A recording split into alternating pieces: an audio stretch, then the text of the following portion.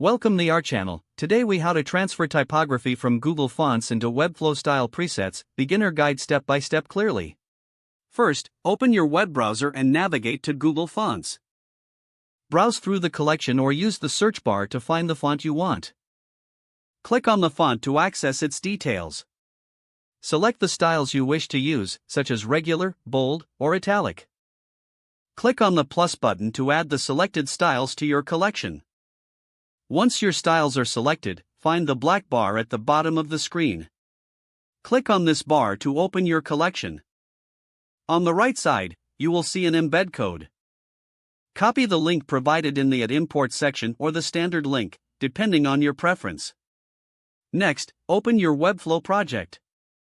Go to the project settings in the Webflow dashboard. Select the Custom Code tab. In the Head Code section, paste the link you copied from Google Fonts. Click Save Changes.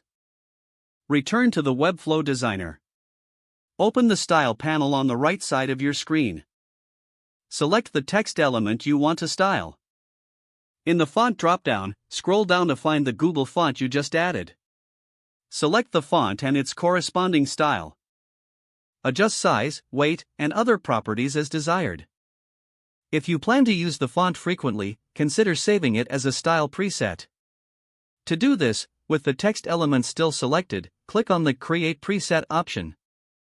Name your preset and click Create. Your typography is now transferred and streamlined for future use.